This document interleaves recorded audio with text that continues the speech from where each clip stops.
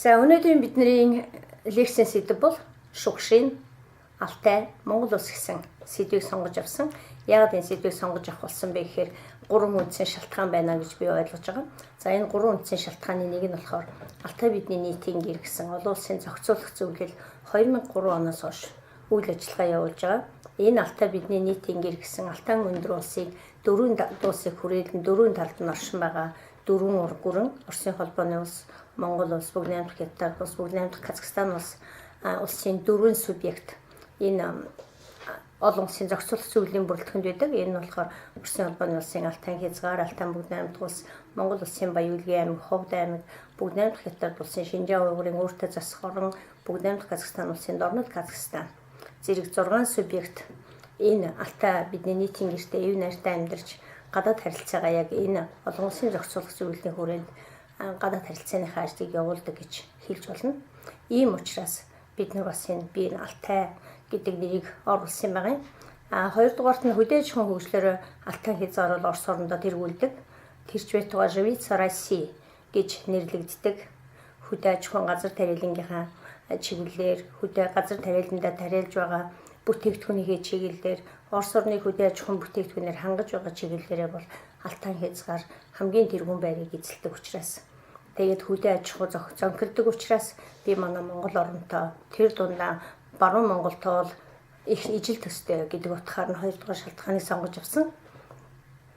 За 3 дугаар шалтгаан нь болохоор Алтай их сургууль Барнаул хотод байрладаг Алтай их сургууль, Ховд их сургууль хоорондоо хамтын ажиллагаатай харилцан хамтын ажиллагаатай гэрээ байгуулж ажиллаад нэлээд олон жил өнгөрчин. 90-90-ад оны сүүлээс манай Ховд их сургуулийн оюутнууд англи, орос англи хэлний оюутнууд Оросын холбооны улсад орон судлалын дадлага, Оросыг судалж байгаа оюутнууд орон судлалын дадлага хийх болсноор энэ дадлагыг хийж явах замд явцдаа бид нар шугшины Бискийн районд байдаг шугшины гэр музейд очиж үзсэн. Энэ гэр музейг үзсэн цагаас хойш бид нар ер нь шугшин гэж ямар хүү юм бэ? Ямар учиртай энэ Алтай хязгаарын олон алдартай, олон арга хүмүүсийн нэг Алтай хязгаарын нэрийн хуудаснуудын нэг юм да гэдгийг ойлголт авч бид нар юмтай улам гүн гүнзгий танилцах завшаан тохиолдож шугшины өгүүлбэрүүдийг уншиж, шугшины өгүүлбэрүүдээр хийсэн, шугшины зохиолуудаар хийсэн олон сайхан бүтээлийг киног бид нар амтархан үзэж өгүүлбэг номыг бол уншдаг болсон. Ийм учраас бид нар энэ шугшин гэсэн сэдвийг сонгож аваад нэлээд их материал судалж үзлээ. За энэ материал судалж явах замд явцад нэг авторын бичсэн рефератыг үзэхэд реферат нь болохоор ер нь бол Европын орнуудтай Орос орныг харьцуулж бичсэн байна л да. Европын орнд бол энэ томоохон хотуудад хөл хөдөлгөөнтэй томоохон хотуудад амьдрал буцаж байдаг. Тэнд хөдөө нутгийн тухай, тосгоны амьдралын тухай ямар нэгэн сэдв бол байдгүй. Тэнд хөдөө тосгон гэдэг ойлголт байдгүй.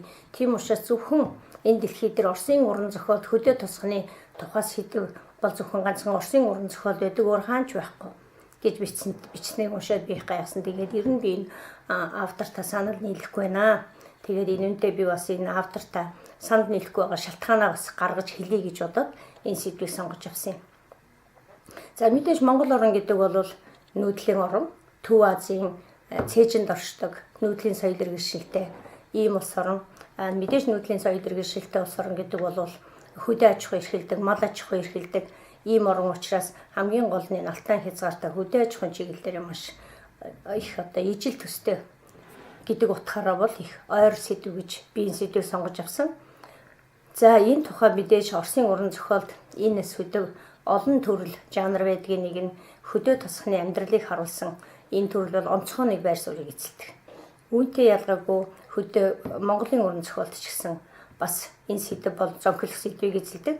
За тэгвэл энэ бол хөдөө тосгоны амьдралыг харуулснараа хөдөөгийн оршин суугчдын амьдралыг харуулснараа энэ зохиолын мөн чанар, зохиол бүтээлийн хэмжээ, хамрах цар хүрээ бол багасна гэж үгүй гэж ойлгож болно. За энэ сэдвийг бэлтгэх эртээр үеэс тариачид тэдний аж төрөх ёс Орос орны түүхэнд хамгийн чухал үүрэг гүйцэтгэж ирсэн. Оросын уран зохиолд хөдөө тосгоны амьдрал тэнд оршин суугчдын аж байдал нэлээд томоохон байр суурийг эзэлж ирсэн гэж хэлж болно. Энгийн тариачид эрх мэдлийн хувьд бол хүчин мөхс байсан. Гэхдээ тэд нар эрх мэдлийн хувьд хүчин мөхс байсан ч гэсэн оюун санааны хувьд өнөөдрийг хүртэл магадгүй Оросын түүхийн хөдөлгөгч хүч байсаар ирсэн гэж хэлж болно. За энэ дээр үнэхээр харанхуй бүдүүлэг, мунхаг, трэштийн дундаас төрөн гарсан Степан Разин, Емельян Пугачев, Иван Болотников нар болон төрөн гарсан бөгөөд Оросын хааднууд, нэрт зохиолчид, яруу найрагчид, 19-р зууны соён гэгэрүүлэгчид энэхүү трэштийн хамжлагт ёсны төлөөх ширүүн тэмцлийн золиос болсон гэдгийг түүх бол мартаагүй байгаа. Энэ ч үднэс энэ сэдвийг хамарсан зохиол бүтээлүүд Оросын уран зохиолд онцгой байрыг эзэлдэг гэж би боддог. Монголын уран зохиолын хувьд ч гэсэн Оросын уран зохиолтой мөн адилхан эртний уламжлалтай хамгийн эртний Монголын уран зохиолын өв сангийн дээжис болсон үнэт урсгалын бичиг бол 1240 он зохиогдсон Монголын нууц товчоо. За Монголын нууц товчоонд бол мэдээж Монголын төр улсын үүсэл Тэмүүжний багнаас Чингис хаан хаан өргөмжлөгдөж хэдийд хаан өргөмжлөгдсөн. Ингээд хэдийд нас барсан Чингис хааны дараа өгөөдөө хаан болсон зэрэг түүхийг өгүүлсэн байдаг. Орчин үеийн уран зохиолд Монголын орчин үеийн уран зохиолыг үндэслэгч бол Дашторжийн Нацагторж. Тэр Нацагторжоос гадна Сэндийн дамдаас Бямбийн Эренчин, Лодой дамб, Төдөв, Сунмын удвал, Сэнгийн Эрдэнэ, яруу найрагч Чимэд, Бигзийн Явуухлан, Гайтв, Жүжигийн зохиолч Ойдов, Оюун, Ванган, Сингэ гээд цааш үргэлжлүүл мэдээж орчин цагийн уран зохиолын Монголын уран зохиолын том гол төлөөлөгчид бол нэлээд олныг нэрлэж болно. Тэдний зохиол бүтээлийг ч гэсэн бас нэрлэхэд бол маш их нэрлэж ярих юм бол нэлээд их цаг хугацаа эзэлнэ гэж бодож байна.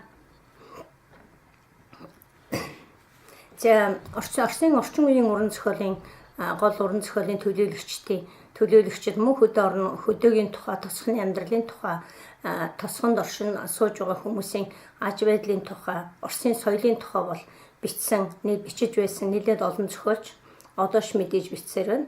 Энэ олон зохиолчдын төлөөллийг хэлэх юм бол Виктор Петрович Астафьев, Царь Рыба, Пастух и Пастушка, Валентин Григорьевич Распутин, Живи и помни, Прощание с матерой, Василий Макарович Шукшин, Сельские жители, Любавины, Я пришел дать вам волю, Материнское сердце гэх мэт олон алдартай зохиолуудыг бол нэрлэж болно.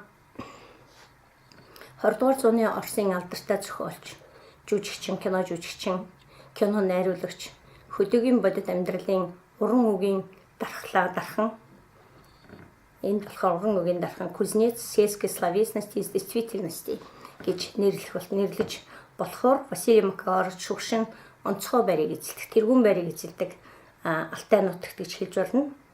Хөдөөгийн эгэлж ирэн оршин суугчид хүний амьдралыг янз бүрийн хүмүүсийн, мэрэгжлийн хүмүүсийн амьдралыг өөрийн зохиол бүтээлдээ дүрсэж тэр хүмүүсийн хоорондын харилцаа байгальтай хэрхэн харьцаж байна уу? Хүмүүс өөр хоорондоо хэрхэн харьцаж бие биентэйгээ яаж бие биенийг хөндлөж байна уу гэдгийг бол Шукшины зохиолд маш нарийн гаргаж ирсэн байдаг. За энэ дээр бол маш олон зохиолыг уншаад энэ дээр дүн шинжилгээ хийх юм бол янз бүрийн мэрэгжлийн хүмүүс байна. За тэр мэрэгжлийн хүмүүс дотор зүгээр нэг энгийн жишээ авахад живет такой парень, ийм нэгэн залуу. Сайхан сэтгэлтэй, мэрэгжилгүй, хүмүүст их тосрохог энэ залуугийн тухай кино бол маш их онцгой сэтгэлд төрүүлсэн. Ягаад гэвэл тэр бол тосхныхандаа айхтар хайртай, ажилдаа маш хичээнгүй, хүнд их тосрохог, харин тосхныхны хөдөөгийн хүмүүсийг хүмүүлхад маш их дургу. Энийг бол тэр кинон дээр харахад маш их тийм онцгой содон харагдаж байгаа. За зохиолын гол бааtruуд нь бол Шукшины хувьд бол дандаа бодит хүмүүс байдаг. Энэ бол зүгээр нэг хий хоосон, бодож болсон дүр бол биш байдаг. Энүүгээрээ Шукшины бүтээл онцгой байдаг. Оросын уншигчдын үзэж байгаагаар ер нь хүмүүсийн ихэнх уншигчдын үзэж байгаагаар Шукшины зохиол бүтээлийн дүрүүд бол дандаа бодит дүрүүдийг хэлдэг. Бодит дүрүүд байдаг. Тэр бодит дүр нь болохоор зохиолчийн өөрийнх нь дуу хоолойг дандаа илэрхийлж байдаг.